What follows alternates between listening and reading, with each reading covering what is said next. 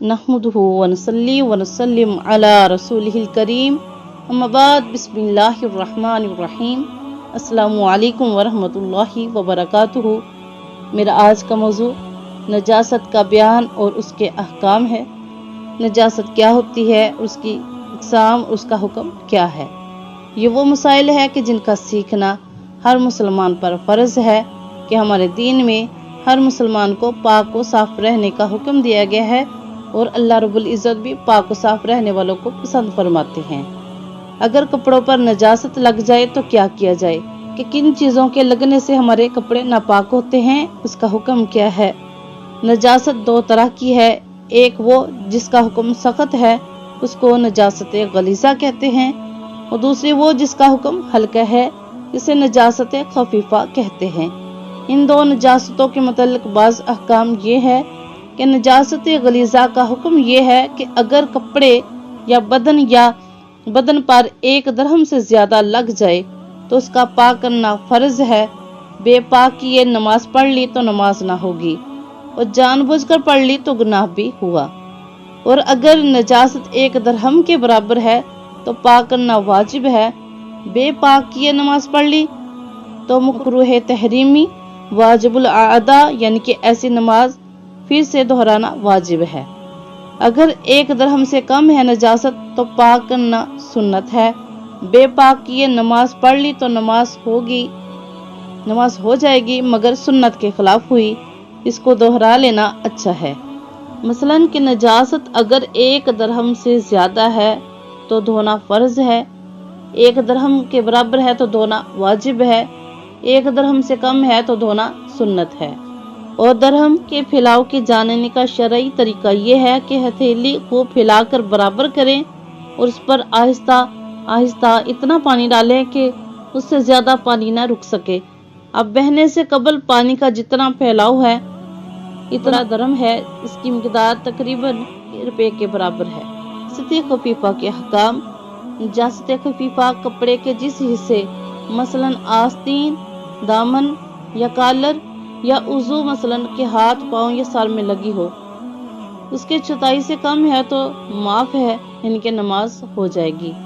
अगर पूरी चौथाई में हो तो बेधोए नमाज ना होगी। नजासत गलीज़ा क्या चीज़ें हैं।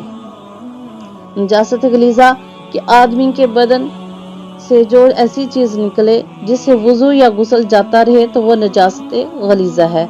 जैसे पखाना, पेशाब, बहता खून, पीप, मुंह भर के हैज़ो नफास, इस्तिहाज़ा का खून, मनी, मजी, वदी, दुखती आंख का पानी, नाफ या पस्तान का पानी जो दर्द से निकले, खुश्की के हर जानवर का बहता खून, वह हलाल हो या हराम, हत्ता के गिरगट, छिपकली, मर्दार की चर्बी, गोश्त और हराम चौपाए के जैसे कुत्ता, बिल्ली, शेर, गधा, खच्चर, इन सब का पखाना, पेशाब और घोड़े की लीद, हर हलाल चौपाई का पखाना जैसे भैंस, गोबर, बकरी, ऊंट, हिरन की मेंगनी, और जो परिंदा ऊंचा ना उड़े जैसे कि मुर्गी, बतख, इन सब की बीट, और हर किस्म की शराब और नशा लाने वाली चीज़ें, ये सब नजासत गलीज़ा है। इसी तरह दूध पीते लड़के या लड़की का पेशाब नापाक और नजासत गलीज़ा है। और शीरख्वार बच्चे ने दूध की कै की अगर मुंह भरकर है तो नजासत गलीज़ा है। मसला है कि मछली और पानी के दूसरे जानवरों का खून, मच्छर का खून और खच्चर, गधे का आब और पसीना, और जो परिंदे हलाल और ऊंचे उड़ते हैं जैसे कि कबूतर, मैना, इनके बीट और खून, गोश्त, तीली, कलेजी में जो खून बाकी रह गया हो, रेशम के कीड़े की बीट, ये सारी चीजें पाक है कि कपड़े पर लग जाए तो कपड़ा नापाक ना होगा। नजासत गलीज़ा खफीफा के जो अलग अलग हुक्म बताए हैं, ये उस वक़्त है जब ये कपड़े या बदन पर लगे। अगर किसी पतली चीज जैसे कि पानी, सिरका, शराब या दूध वगैरह में गिरे तो चाहे गलीज़ा हो या खफीफा सब नापाक हो जाएंगे। अगर से एक कतरा पेशाब का पानी में गिरा तो सब पानी नापाक हो जाएगा। जिन जानवरों का गोश्त हलाल है उनका पेशाब, घोड़े का पेशाब, और जिस परिंदे का गोश्त हराम है, ख्वाह शिकारी हो या ना हो, उसकी बीट, हलाल जानवरों का पित्ता, یہ سب چیزیں نجاست خفیفہ ہیں۔ ہر چپائی کی جگالی کا بھی وہی حکم ہے جو اس کے پاکانے کا ہے۔ نجاست غلیظہ خفیفہ میں مل جائے تو کل غلیظہ ہے، اگرچہ خفیفہ زائد ہو۔ اور ہر قسم کی شراب اور نشہ لانے والی چیزیں اور حرام جانوروں کا دودھ، یہ سب چیزیں نجاست غلیظہ ہیں۔